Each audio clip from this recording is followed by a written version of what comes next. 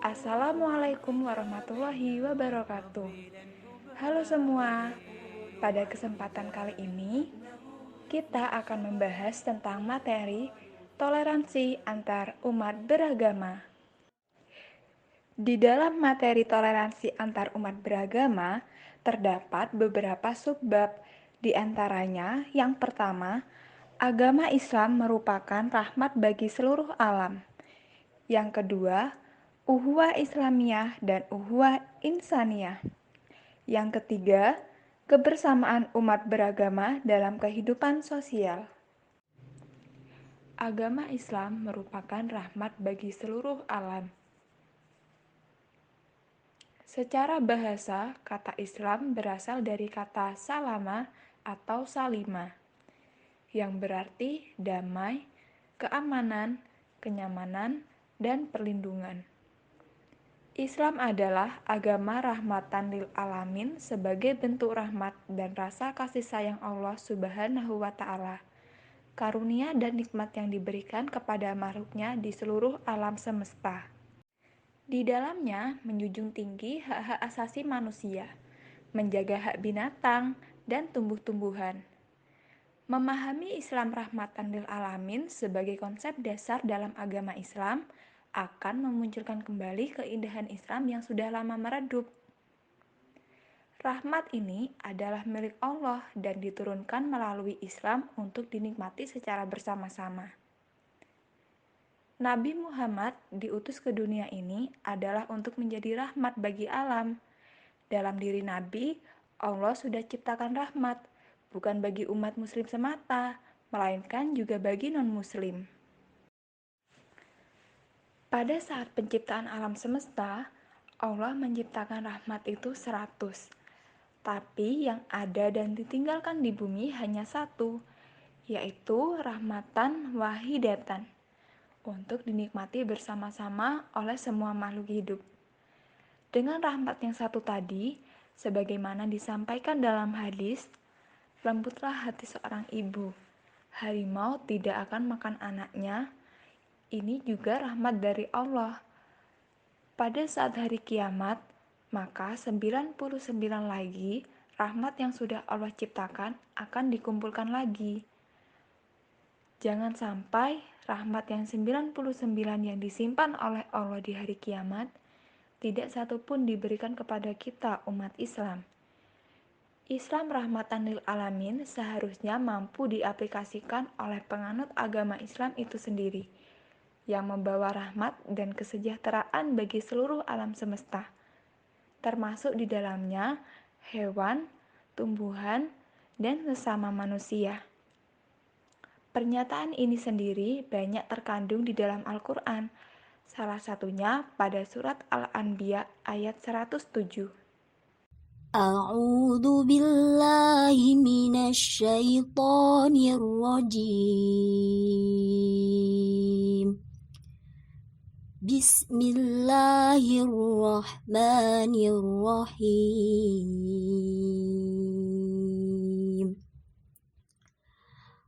وما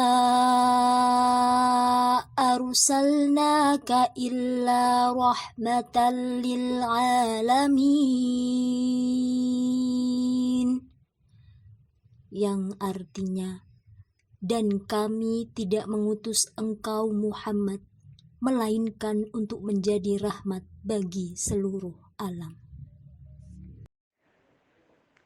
Isi kandungan ayat tersebut adalah tujuan Allah mengutus Nabi Muhammad membawa agama Islam bukan untuk membinasakan orang-orang kafir, melainkan untuk menciptakan perdamaian.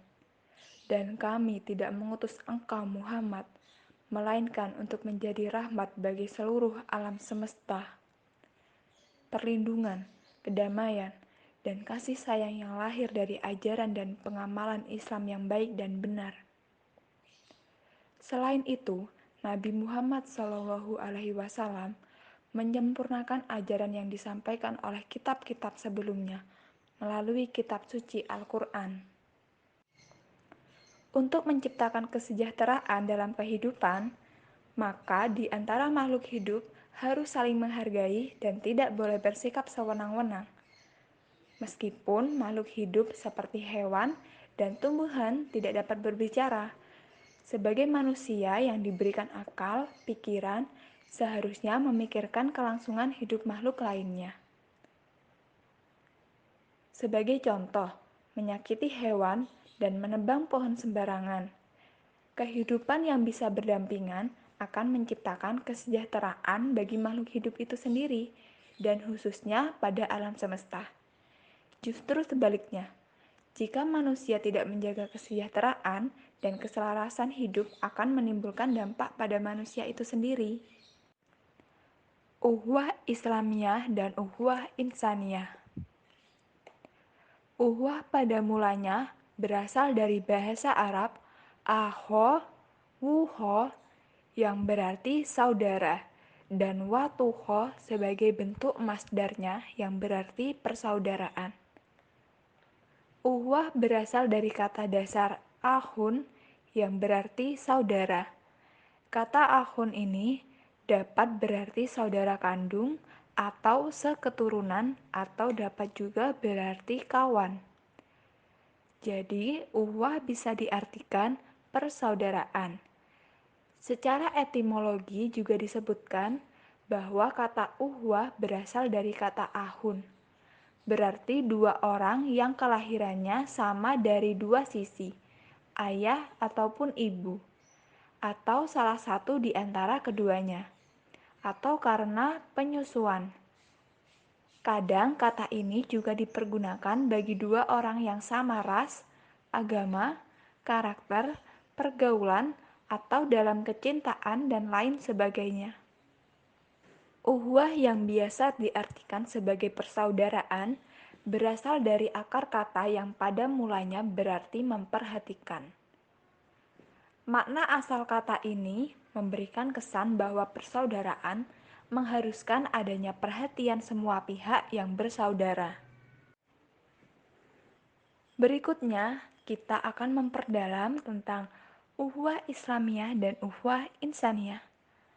Uhwah Islamiyah berarti persaudaraan yang bersifat Islam atau persaudaraan secara Islam. Uhwah Islamiyah adalah kekuatan iman dan spiritual yang melahirkan perasaan yang dalam terhadap kasih sayang, mahabbah atau kecintaan, kemuliaan, dan saling percaya sesama orang yang terikat dengan akidah Islam, iman, dan takwa. Uhwah Islamiyah yang secara jelas dinyatakan dalam Al-Quran adalah persaudaraan antar agama Islam dan persaudaraan yang terjalin bukan karena agama. Uhwah Insaniyah adalah saudara sesama manusia. Dalam artian, seluruh manusia, baik itu beda agama, suku, dan ras, semua adalah bersaudara. Mereka semua bersumber dari satu ayah dan ibu, yaitu Adam dan Hawa. Hal ini berarti bahwa manusia itu diciptakan dari seorang laki-laki dan seorang perempuan. Islam memandang semua manusia mengisyaratkan adanya uhwah insaniyah, sebab dalam persaudaraan ini juga tidak memandang perbedaan agama. Bahkan persaudaraan ini merupakan persaudaraan dalam arti yang umum, sehingga tidak dibenarkan adanya saling menyakiti, mencela, atau perbuatan buruk lainnya. Macam-macam uhwah Islamiyah. Yang pertama, uhwah ubudiyah adalah saudara kesemahlukan atau kesetundukan kepada Allah Subhanahu wa Ta'ala. Yang kedua, uhwah insaniyah atau basyariyah adalah semua umat manusia adalah saudara karena mereka berasal dari ayah dan ibu yang sama, yaitu Adam dan Hawa. Yang ketiga, uhwah wataniyah wa an-nasab adalah persaudaraan dalam keturunan dan kebangsaan.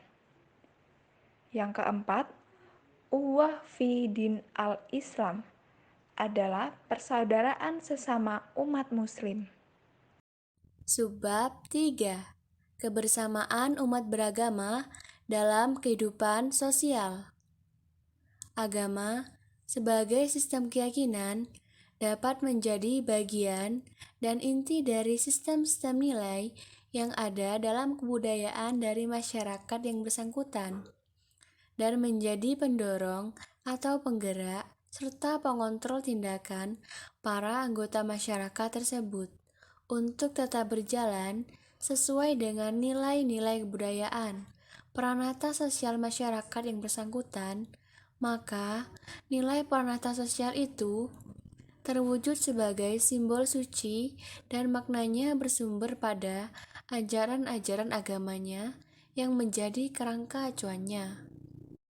Di sebuah negara yang pluralis dalam kehidupan agama seperti Indonesia ini, pemerintah tidak bisa tinggal diam.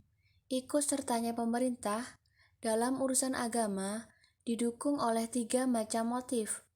Motif pertama yaitu motif historis, bahwa menurut sejarah bangsa Indonesia dari zaman ke zaman urusan hidup beragama menjadi urusan pemerintah pusat.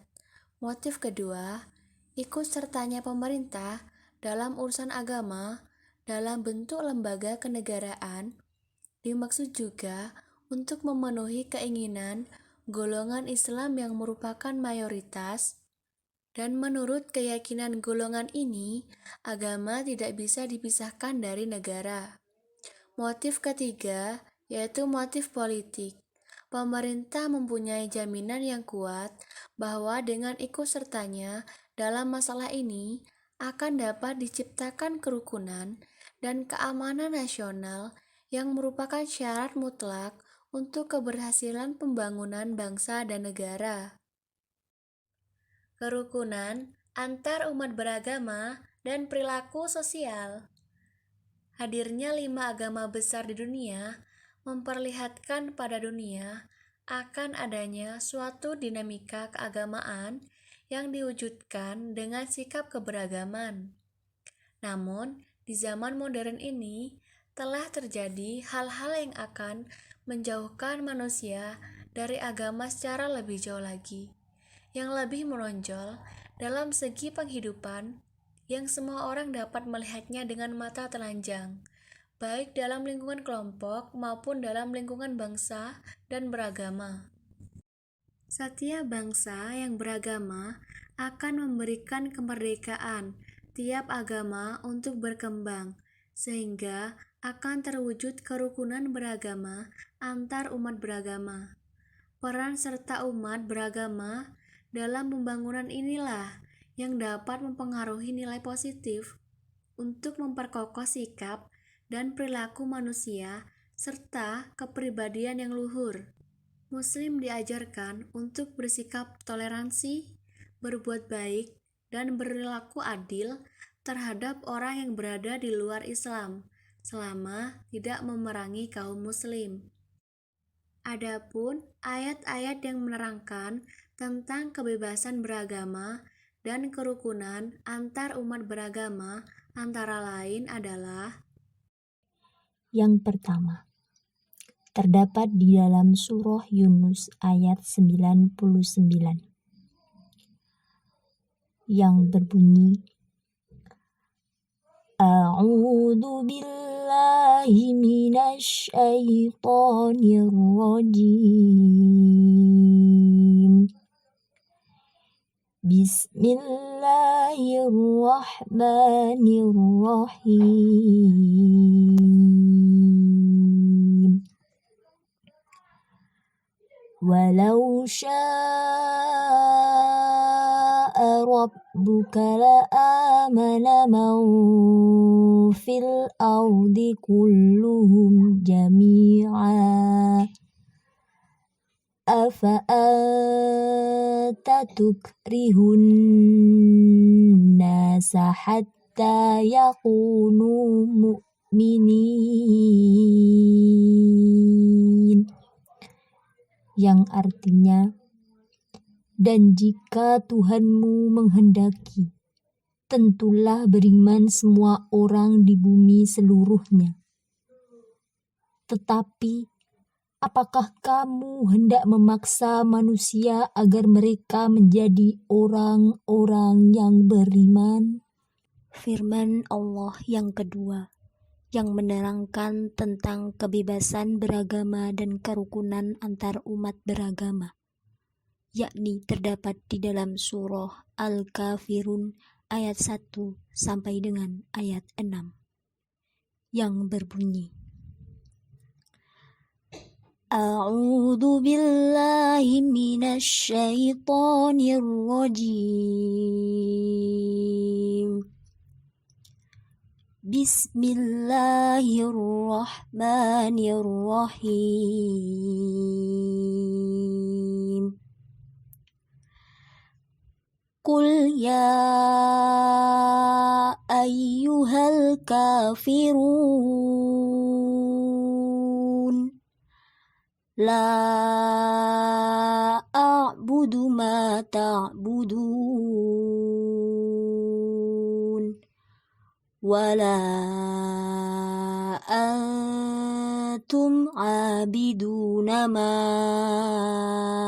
a'bud wala ana abidum ma abattum wala antum abiduna ma a'bud lakum dinukum waliyadin, yang artinya, katakanlah hai orang-orang kafir, aku tidak akan menyembah apa yang kamu sembah, dan kamu bukan penyembah Tuhan yang aku sembah. Dan aku tidak pernah menjadi penyembah apa yang kamu sembah. Dan kamu tidak pernah pula menjadi penyembah Tuhan yang aku sembah. Yang ketiga, firman Allah yang menjelaskan tentang kebebasan beragama dan kerukunan antar umat beragama. Terdapat di dalam surah Al-Baqarah ayat 256 yang berbunyi, A'udzu billahi minasy syaithanir rajim.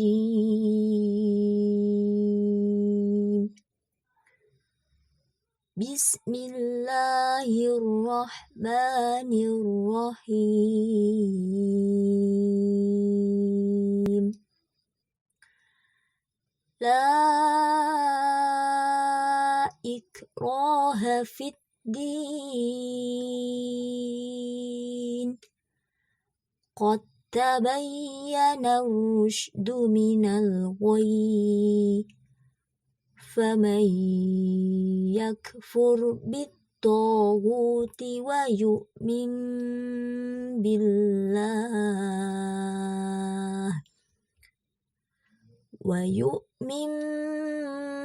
billahi faqad istamsaka bil urwatil wuthqa la fisama laha.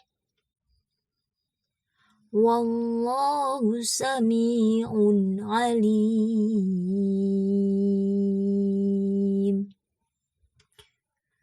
Yang artinya, tidak ada paksaan dalam menganut agama Islam. Sesungguhnya telah jelas perbedaan antara jalan yang benar dengan jalan yang sesat.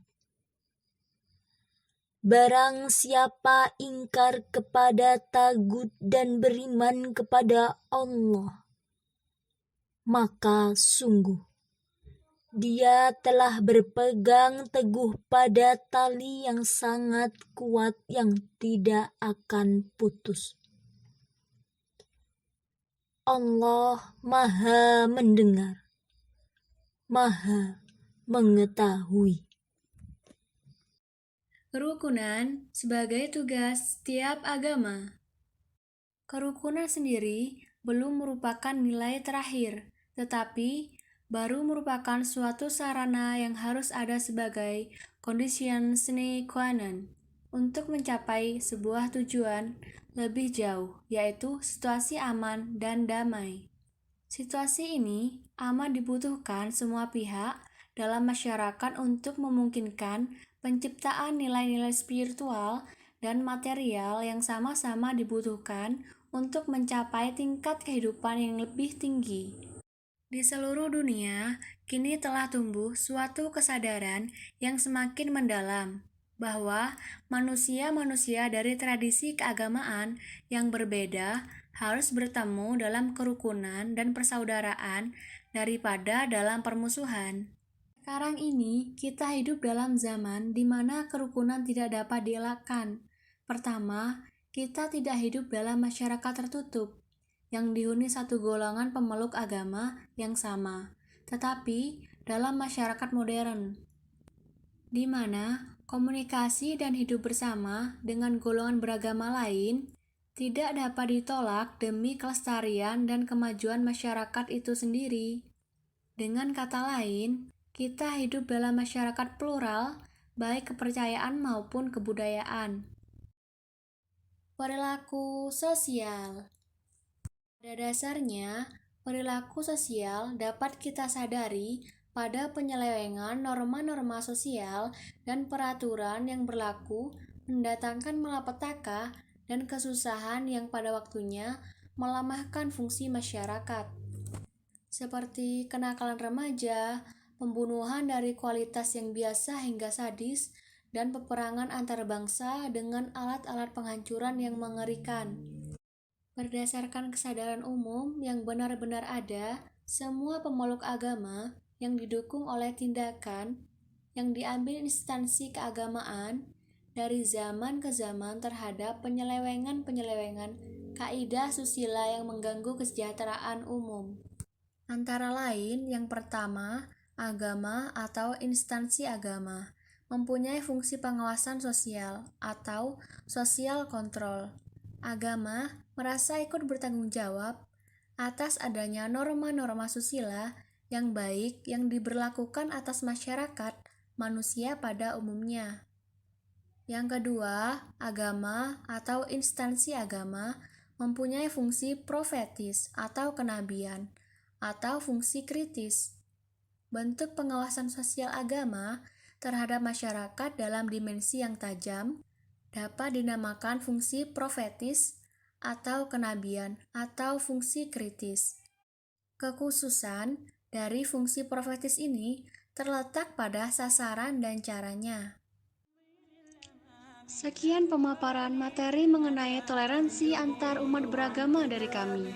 Terima kasih sudah menonton. Jangan lupa like dan komen ya. Wassalamualaikum warahmatullahi wabarakatuh. إن للدين انتسابي لا وربي لن أبالي